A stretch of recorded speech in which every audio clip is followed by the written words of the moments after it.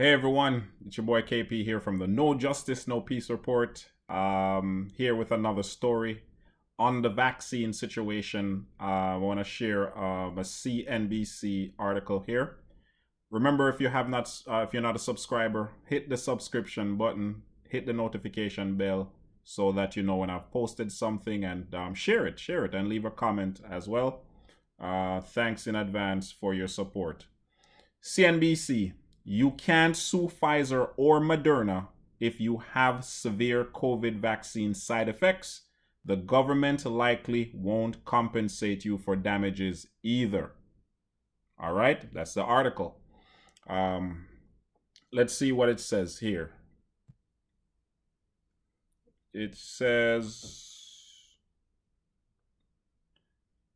well, they have some bullet points. Under the PrEP Act, PrEP, companies like Pfizer and Moderna have total immunity from liability if something intentionally goes wrong with their vaccines.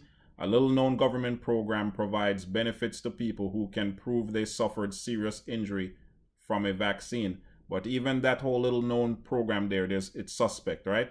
If you experience severe side effects after getting a COVID vaccine, lawyers tell CNBC there is basically no one to blame in a U.S. court of law.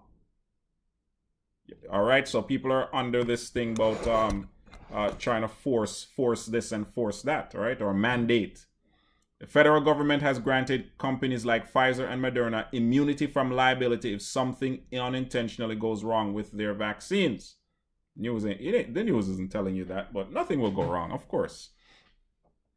You also can't sue the FDA, the Food and Drug Administration, for authorizing a vaccine for emergency use, nor can you hold your employer accountable if they mandate inoculation as a condition of employment. You can't sue anybody. So we would get the vaccines, but you can't sue nobody. You get hurt, you can't sue. FDA authorize it, you can't sue. If your employers are forcing you to get an inoculation, you can sue.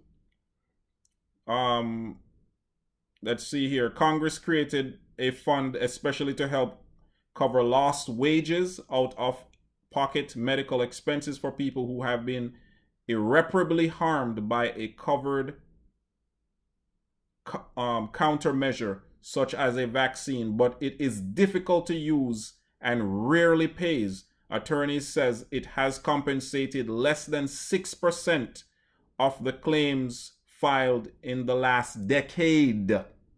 I'll put it in the description box. You can go check it out for yourself, right? In February, Health and Human Services Secretary Alex Azar invoked the Public Readiness and Emergency Preparedness Act. The 2005 law empowers the HHS Secretary to provide legal protection to companies making or distributing critical medical supplies such as vaccines and treatments unless there is willful misconduct by the company. The protection lasts until 2024. That means that for the next 4 years, these companies cannot be sued for money, damages in court over injuries related to the administration or use of products to treat or protect against COVID-19 or COVID. HHS did not respond to CNBC's request for an interview. I'll put this in the description box. It's a good read. It's a good read. And for all the vaccine champions out there, for all the warriors out there who are on the pharmaceutical payroll, you know, Pfizer payroll, Moderna payroll, whichever vaccine company, this is for you. Put this in your pipe and smoke it, right?